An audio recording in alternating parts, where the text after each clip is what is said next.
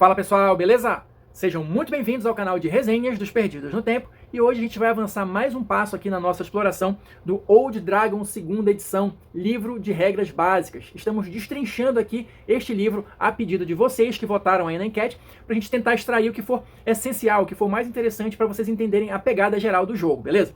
Quem está chegando agora não tem problema, tem a nossa playlist aqui exclusiva do Old Dragon que vai reunir todos os nossos vídeos sobre esse jogo, então dá para assistir com calma, tranquilamente e depois passar a acompanhar toda semana um capítulo novo que a gente coloca aqui no canal.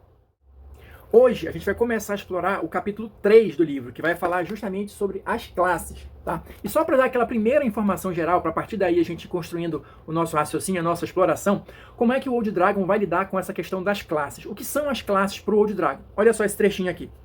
Old Dragon possui um sistema de 4 classes básicas, as quais conseguem abraçar qualquer conceito fantástico em seu escopo. Os combatentes, ou seja, os guerreiros, os estudiosos das artes arcanas, magos, os tementes ao sagrado, clérigos e os super especialistas. Mas aqui, esses super especialistas, ele tá se referindo ao ladrão, ao ladino. Mas como é que funciona aqui? São 4 classes básicas, mas tem as especializações. Cada uma delas vai ter 2 especializações. Então, no final das contas, você vai ter aí 12 possibilidades de escolha para montar o personagem, tá? E assim, eu confesso, a gente vai passar por cada uma delas aqui, vamos ter um vídeo para cada uma das classes básicas e, consequentemente, vamos falar das especializações também. Quando a gente chegar no final, que são os tais dos super especialistas, eu confesso que foi uma classificação que me surpreendeu um pouco, mas estou me adiantando aqui. Vamos começar do início, como está aqui no livro, né? Seguindo a sequência, vamos falar dos guerreiros. Mas só um último detalhe. Aqui, no livro básico de regras, você vai ter a evolução desses personagens até o 10º nível, tá? O que eu particularmente acho que é mais do que suficiente. Mas para quem gosta de personagens de níveis mais altos, no livro de regras avançadas você tem as manhas, né? As condições, as formas de avançar esses personagens acima do 10º nível. Então, para a gente começar aqui a conhecer um pouquinho mais sobre o guerreiro aqui no Old Dragon, né? Deixa eu mostrar a ilustração. Como já falei, eu acho que todas estão bem bacanas, pelo menos as que eu vi até agora. Né? O que o livro vai trazer aqui sobre o guerreiro? São aventureiros especializados em combate, sempre na linha de frente e mortais quando desembainham as suas espadas. Aqui, a primeira seção que a gente vai ter é a carreira do guerreiro, que vai dar uma ideia geral, né? Uma possível explicação de como é a evolução de um guerreiro. Então eu vou ler só um trechinho aqui para vocês, para a gente saber como é que começa, né? Um guerreiro iniciante. O guerreiro dos níveis baixos é o homem comum com alguma perícia em armas que se torna um aventureiro. Pouco a pouco, ele se torna o herói da vila, acumulando experiências e riquezas, expandindo sua fama para além das fronteiras da sua área de atuação, até o seu nome ser reconhecido em terras distantes. E aí o livro segue dizendo mais ou menos como poderia ser a evolução desse guerreiro, só para dar uma ideia geral de como é que é a vida de um guerreiro aqui no cenário do Old Dragon.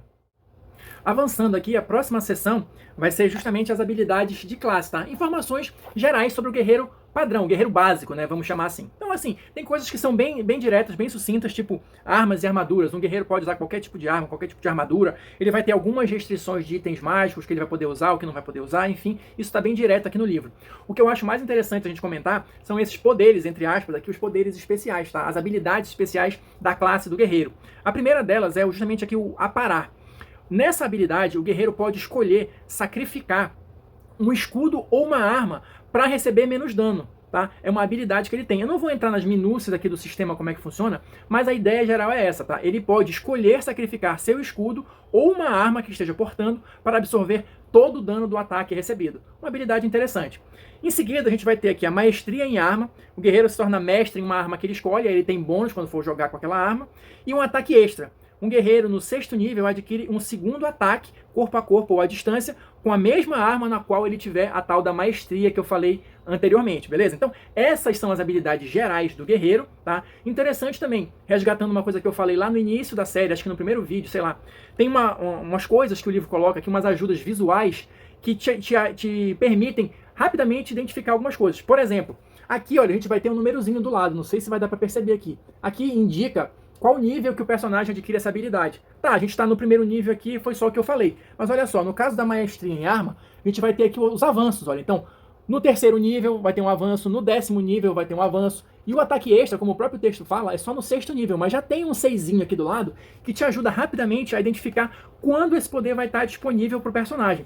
E isso é uma organização que perpassa todo o livro. Então, todas as outras classes, todas as outras especializações vão seguir esse mesmo padrão de organização do livro.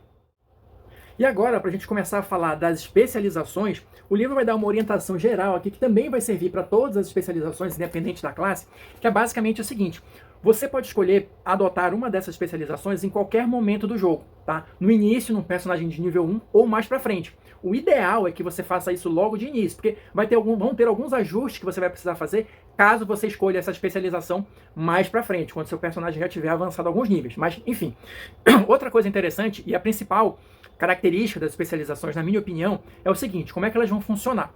Se você adota uma especialização, talvez você perca, se você já avançou de nível, algumas das habilidades básicas daquela classe.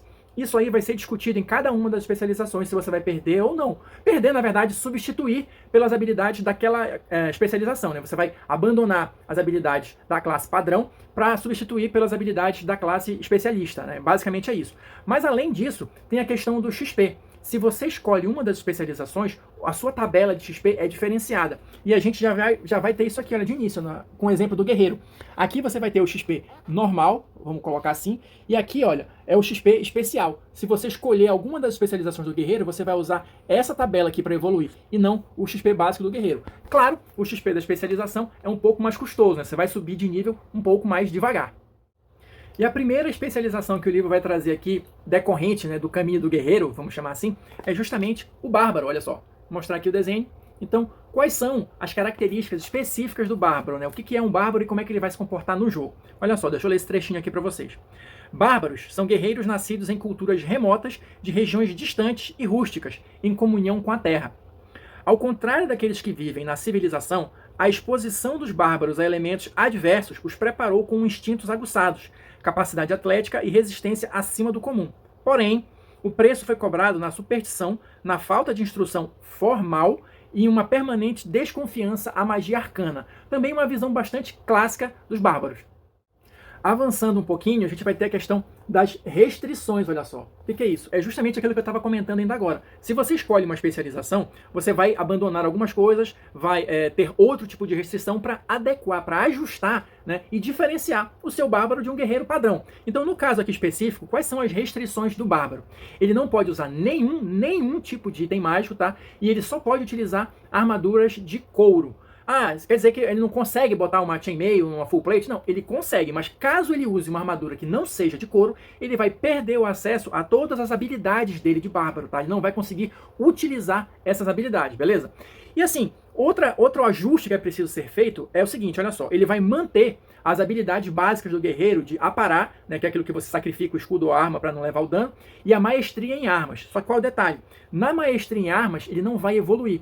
Ou seja, aquilo que eu acabei de mostrar do guerreiro, que no primeiro nível ele ganha mais 1, no sexto nível ele ganha mais 2. Não, o bárbaro não. Ele vai estacionar eternamente nesse bônus de mais 1 na maestria. Ele não vai conseguir avançar nessa característica específica, mas, né, em contrapartida, ele vai ter acesso a todas essas outras habilidades aqui do bárbaro, beleza? Que a gente vai dar uma passada geral por cada uma delas. Então, olha só, vamos lá dar uma geral aqui nas habilidades do bárbaro. A primeira delas, que ele já ganha no nível 1, é o vigor bárbaro, tá? Esse vigor bárbaro vai dar a cada nível um bônus de mais 2 nos pontos de vida do personagem e também mais 2 nas jogadas de proteção relacionadas à constituição, beleza? A partir do terceiro nível, o bárbaro vai ganhar aqui os talentos selvagens, né? Alguns talentos ligados à vida nos ermos. Então, o que o livro coloca aqui? Eles conseguem escalar com uma chance melhor, que você vai sortear ali no D6, enfim, e eles vão ter o que o livro chama aqui de camuflagem natural. Eles vão ter uma chance melhor também de se esconder ali, de se ocultar em terrenos naturais, né? Numa floresta, numa selva, enfim, alguma coisa do gênero. Um detalhe interessante sobre esse camuflar natural, que também vai acontecer com outras habilidades específicas, olha só. O mestre deve lançar dados em segredo, porque para que o bárbaro não saiba se a sua tentativa de camuflagem foi bem sucedida ou não. Achei bem interessante essa mecânica, porque assim, se você está jogando ali, joga o dado, sabe que falhou, você instintivamente vai tomar outro rumo. Então é legal, na minha opinião, se você concorda, discorda, deixa aí nos comentários, que o mestre jogue os dados, porque o personagem vai agir como se de fato ele... estou camuflado, não tem motivo para desconfiar que não esteja. Então acho que isso pode dar um temperinho legal no jogo. Em seguida, a gente vai ter aqui no nível 6 a Surpresa Selvagem, que também, em linhas gerais, deixa o Bárbaro uma habilidade, uma chance maior de surpreender alguém, né, de emboscar alguém nesses ambientes ermos, e também torna mais difícil que ele próprio seja emboscado nesse tipo de ambiente, né, seja surpreendido nesse tipo de ambiente. E por fim, no 10º nível, o Bárbaro vai ganhar aqui a força do Totem, ou seja, ele é capaz de atingir qualquer criatura que necessite de uma arma mágica +1 ou melhor para ser ferida. Então, pelo que eu entendo aqui, mesmo que ele não tenha essa arma mágica +1 ou melhor, o Bárbaro sempre vai conseguir atingir esse tipo de criatura, baseado, eu acho que na força do ódio, né?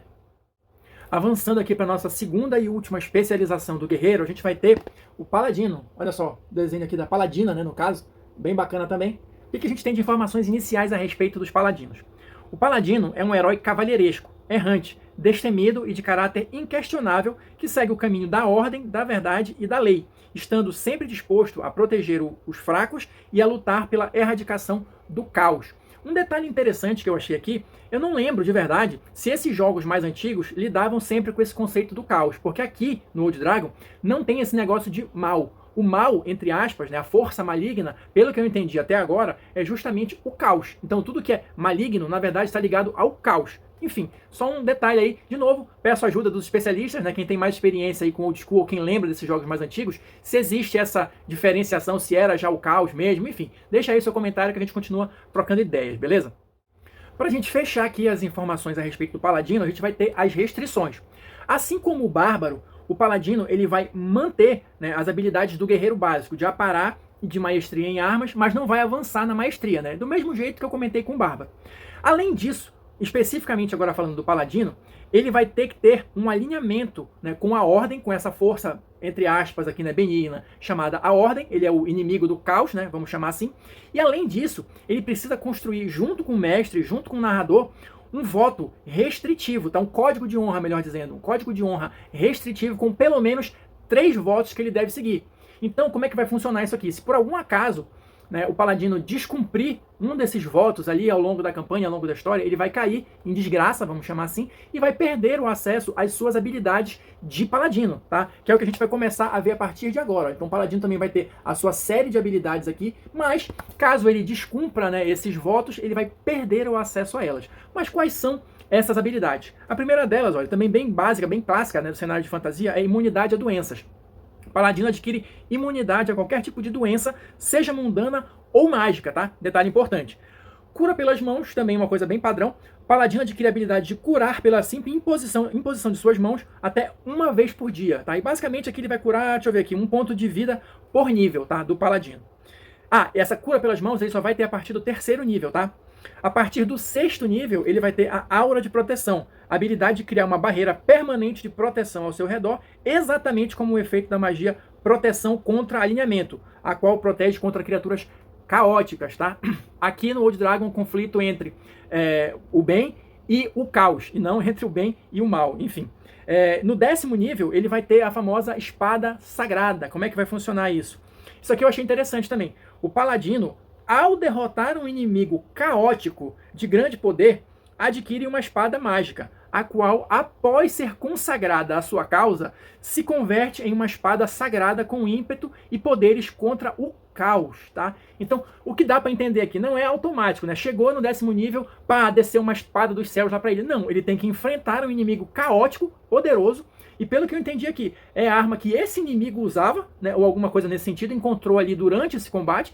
Essa espada tem que ser consagrada para a ordem, para só então ela virar uma espada sagrada. Então, na verdade, isso aqui não é um poder, não é uma habilidade, é uma quest, né, basicamente. O 10º nível do Paladino tem que ter essa quest para ele conseguir a espada sagrada. Então é isso, pessoal. Encerramos aqui a exploração da nossa primeira classe aqui no Old Dragon. Espero que vocês estejam curtindo. Quem assistiu até agora, deixa aí o like ou dislike, comentários, pra gente continuar trocando informações aí, figurinhas. E a gente se encontra na próxima resenha.